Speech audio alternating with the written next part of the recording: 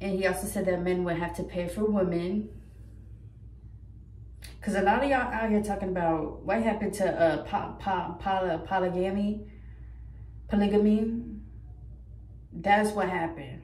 You want all these wives, you need to have the funds. Okay, y'all. Today I am continuing the Black History notes that I am sharing. And today we're going to go a little deeper into like slavery. And I am reading the notes of Barracoon, the story of the last black cargo. So this is the story of like the last slave that was known, as we know.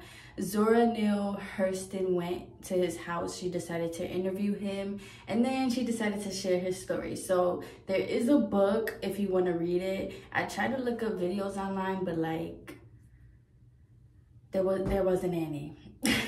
So let's hop right into it. So Kasala.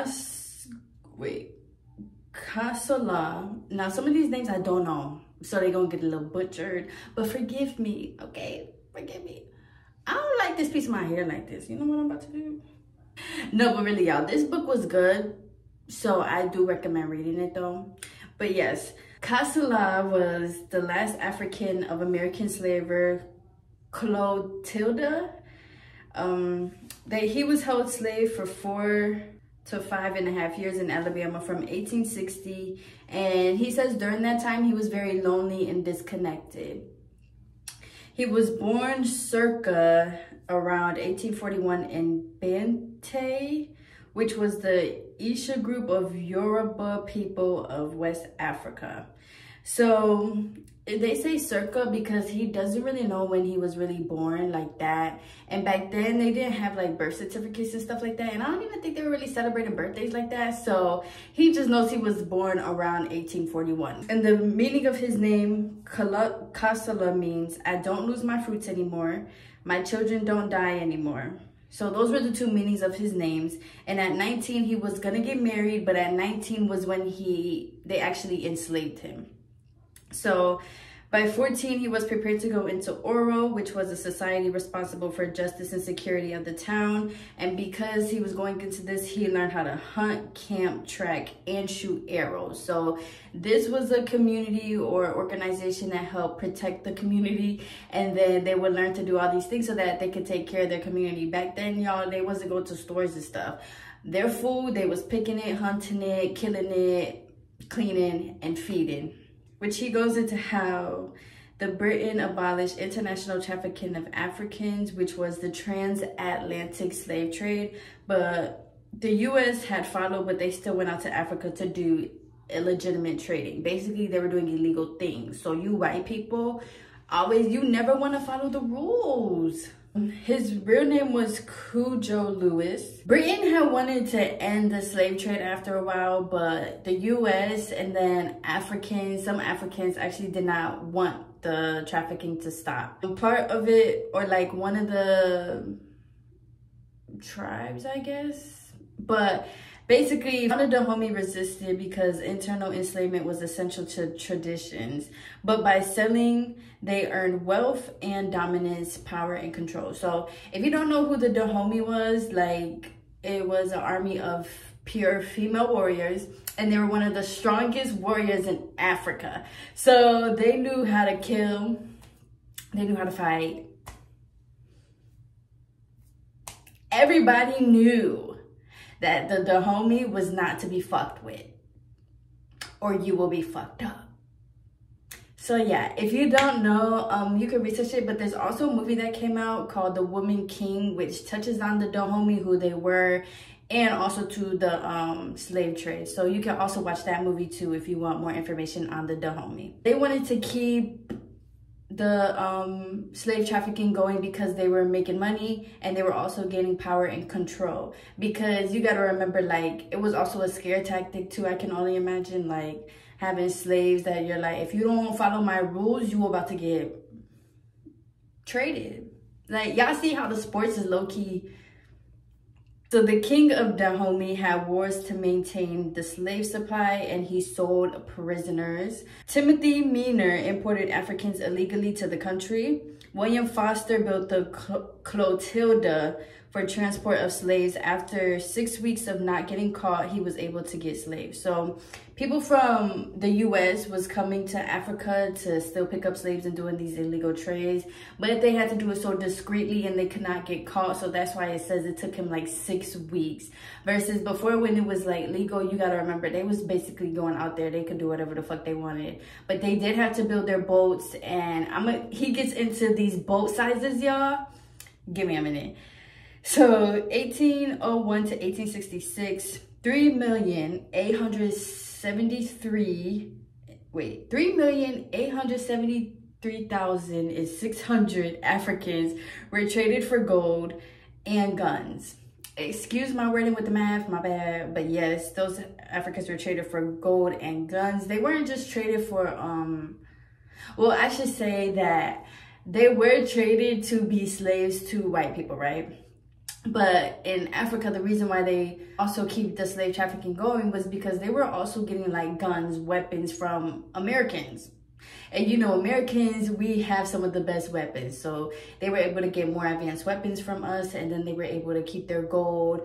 There was another movie where it was like, it probably was the same one. Yes, it was the same one. In the movie, they were trying to sell or keep, what's it called? It was like a type of oil. I forgot. But yes, it's kind of like that. If you watch the movie, they were getting gold and guns for these trades. These slave trades. 444,700 were from Dahomey. I don't know how to pronounce it, so I'm just gonna say King G. His father was shot in 1859, and to get revenge, he intensified raids. Dahomey female warriors slaughtered townspeople, and if anyone escaped, male warriors decapitated them and put them on their belts. So, if you don't know what decapitation is, it's basically where you cut off somebody's head, straight clean. Baby, go bye-bye. Like, that's decapitation. And they would wear the heads on their belts, which I could, like I always say, was probably another scare tactic or like another power tactic, because these people, if you see them walking around town with heads on their belts, you're gonna be like, I'm gonna stay away from you and I'm gonna go back home. I think that's kind of like, to see that shit in real life is very traumatizing, if you could only imagine. In the movie though, it's like that too. I just believe that the heads were on stands instead of like on their belts. Another thing is too though, at least in the movie, they also couldn't look at Dahomey males and females warriors. So I don't know if that was true in real life, but yeah, they were held at a very high standard. So I feel like they didn't even have to put them heads on their belts, but hey, it was ruthless out there. Survivors were tied by chains and taken to a Bami on a ship, and Dahomey troops took out tribe and kept skull of their king. So yeah, I just want to go back to Timothy Meaner and William Foster. Those were the people those were the white people from America that were coming to buy and traffic the slaves. I don't know if I said that or if I mentioned that, but I wanted to say it again. It says that it was hurricaning when they were building the ship, and when he got to Africa, he was met by a prince, and the prince let him choose a person, Gumpa. It's literally kind of like the movie. They ended up meeting a prince, and the prince let them choose. The kings and the princes let them like pick who they wanted based on, like we hear all the time, based on size, based on strength, based on what they look like. And then the females, were they pretty? Could they do things with them? Tribes were always against each other, which kept markets stocked, and trade in slaves was $50 to $60 a piece. With tribes against each other, they're always fighting and capturing each other. Then the people that they captured, they would go sell and give them to people like Timothy and William. The Dahomey year was divided into two: wars and festivals. Wars carried from November to December, to January to February, and they never fought unless insinuated or people wanted to, but they were always getting insulted, so wars didn't stop. But wars, they basically never stopped. So like the years divided into two, they didn't really have too much festivals because they was always like fighting, even though it was supposed to be divided. I think that's what that means. If not, like I always say, anything that I'm saying that y'all can make more sense about or explain a little better, put it in the comments so we all can continue to learn. And they would have a feast in March, which is most important because the king would sacrifice slaves and show off his wealth. In May or June, in honor of trade, they would dance and celebrate. So apparently the slave trade was good for everybody because they were dancing and celebrating afterwards. I'm pretty sure people in the town were celebrating because they wasn't the slaves. And then, you know, of course, they're still the most powerful, so they don't really have nothing to worry about. And when William Foster arrived, he had a good number to choose from. He got 130 slaves. When 116 were on board, he noticed that the Dahomey ships had ran up black flags, so he left. They were trying to recapture their cargo. If you watched Woman is King or The Woman King, they have a scene where they are bringing the things to him, but it's a bunch of decapitated heads. It's kind of like that, where it was kind of like a psych, haha. They wanted to get back their slaves. They wanted to trick these white people. They were like, you can take these slaves, and then they got their gold, they got their guns, but afterwards they was like, we coming back for our people. So I guess it wasn't all that bad, but still it's wild. Back then they were using flags. Like, I know white flag is surrendering. I don't know I think black flag is calling war. And like I said, this is the Dahomey. You think these two white men was built up and ready for the Dahomey?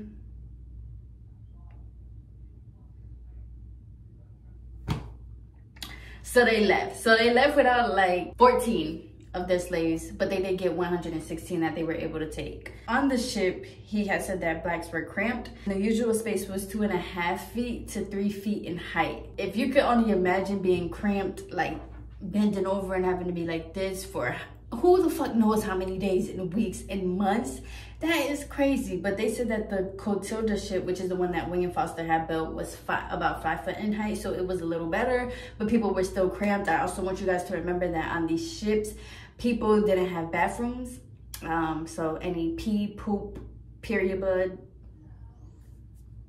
was on the ship. And they were all naked as well. They didn't have any clothes.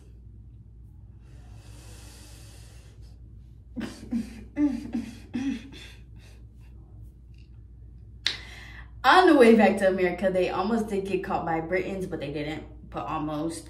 When in America, slaves were back in hold, and they were hidden for 3 days because, like I said, it was illegal. They technically could not have these slaves. They were taken to 12 Mile Island. Slaves were transferred to a steamboat and taken through Alabama River to John Dabney's plantation. Afterwards, they had burned down the ship. If you guys don't know, the news has said that they actually found or rediscovered parts of the Coltilda ship at the bottom of like a lake or a river. Yeah, they had burned it and let it like sink and everything like that. But the slaves were at Dabney's for 11 days. They got their clothes on the 11th day. They had to wait almost 2 weeks to get some clothes.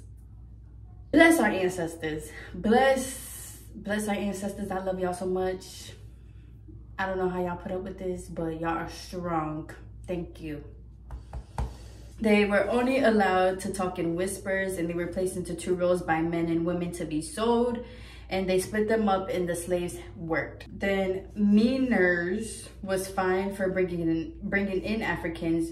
When free, they built Africa Town, which is now applied to Alabama. Yeah, apparently they did get caught with the slaves. And another thing is too, like, the slaves were basically free. After he got caught, they had to free them.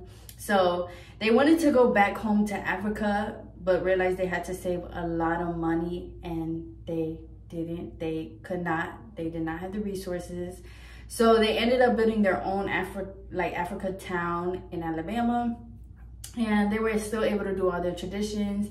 He was able to still find a wife. They were able to still have family and community that way. And I think that's like a beautiful way for them to bring home to a place that was so traumatizing. They didn't know much about the Bible because they could not read. Another thing that he said was that they would have many wives, so that when one wife gets old, she would go and find another one.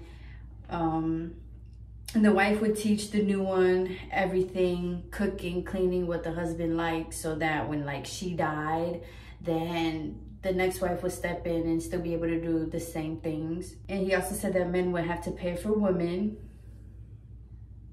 Because a lot of y'all out here talking about what happened to polygamy. That's what happened. You want all these wives, you need to have the phones.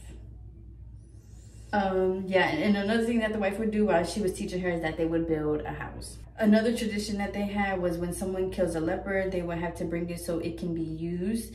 The leper's whiskers are poisonous, and their head, liver, gallbladder, and skin would make different medicine, and it technically belonged to the king. I think that's so cool too. Like, nature really has everything. And then I'd be thinking about how they're using the whiskers and stuff because it has that medicine in it. How much like these pharmaceuticals got like different types of shit that we would never even imagine. Then there was Insibidi, means executioner. On Aku Ivusin, the King's Day, the executioners are saved for then, and they dance and they sing songs. When killing someone else, the chief or king would decide their fate. They are tied up with the person that were killed and forced to be dead already, and they were also there with rotten man. When someone normally dies, they're buried in the house. Or they learned and grew strong in about 4 to 5 years so that no one messes with them and they can create wars and win wars. I know that's right.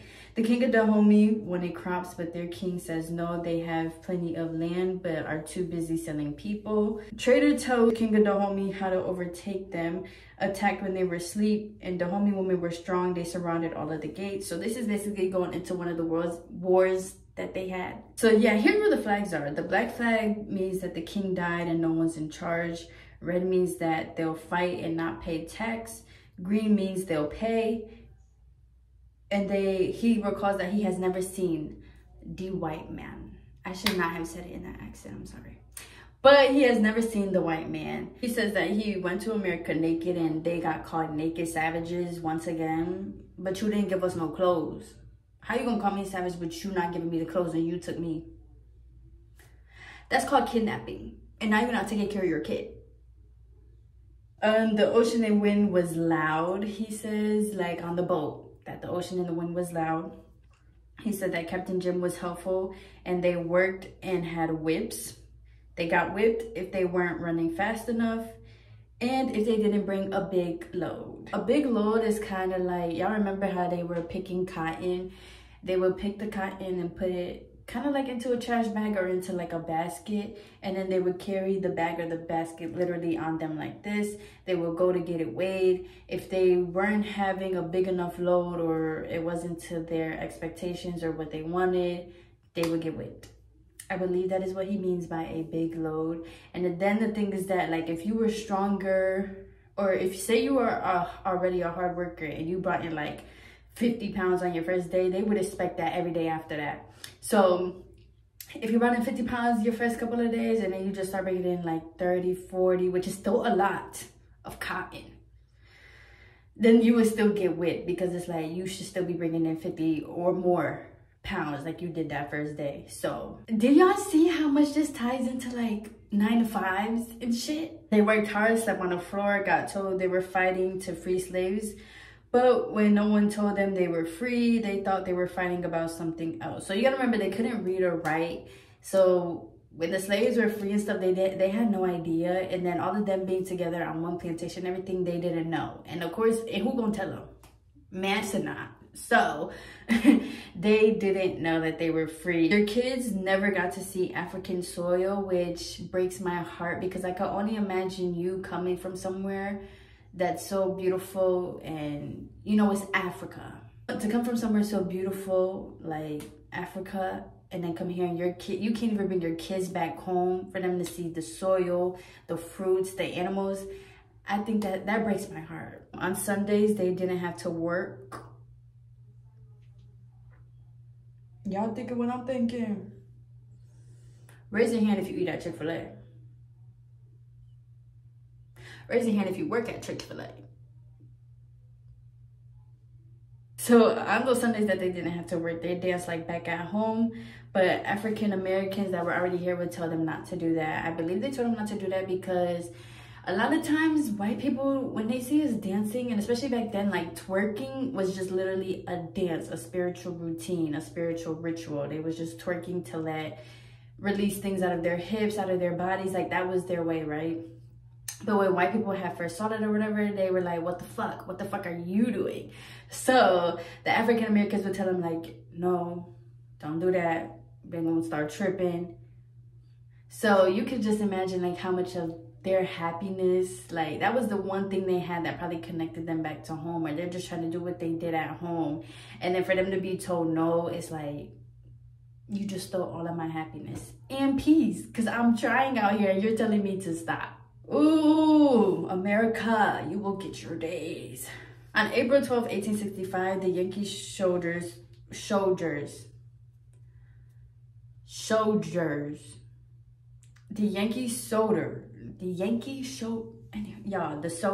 the people with the guns, they found them and told them that they were free. Like I said before, they wanted to go back home, but they needed money. And they decided it was too much, so they stayed in America and tried to get land and made Africa Town. Tim has said no. This is Timothy. I forgot his last name. It's not even important. But Timothy has said no, as he treated his slaves right. So he wanted them to stay with him because he treats them right. The slaves, people with Cudjo, I'm so bad at pronouncing, I'm so sorry. But they ended up buying land themselves and made Gumpa the head of the town. They built horses on the land. They called it Africa Town. And Free George, who was a good African American, told them to go to church, but they said no, they will build their own. And they had said that colored folks were rude. So people who were already here and who were already African Americans, they said that they were rude. I believe it, but at the same time, you can't blame them. Like, think about everything that they've been through. Like, it is what it is. Like I said, he did get married. He didn't know about a marriage license, but they got married. They had children. They named them African and American. Literally. African American. And these two kids, they did learn how to fight. They also built a cemetery. They all desperately wanted to be in Africa. Like I said, I do not blame them. I would want to go home too. Like, the fuck you brought me over here to this ghetto ass country, this ghetto ass land. Please. And then he says that the Coltilda was 86 feet long, 23 feet wide, 6 and 11/12 inches. 6 foot 11/12 inches deep, and it was built for speed. I wonder why. March 1807, there was an act prohibiting importation of slaves that was declared, and they said that trafficking was illegal and abolished importation of African slaves. That's all I have for those notes. And on that book, I just think that is crazy that like them boats was 2.5 feet. Girl, that is crazy. But at the same time, his book was very beautiful. The fact that they don't hold no grudges or nothing. They just continue with their life best that they can and build what they can is so beautiful. And that they were able to build Africa Town is so beautiful. I wish, well, I think he's dead now. I was gonna say I wish him nothing but the best, but I want to say I wish his family nothing but the best. I wish all of us nothing but the best. The fuck, we all come down from that lineage. Let's keep going, let's keep striving, let's keep doing better.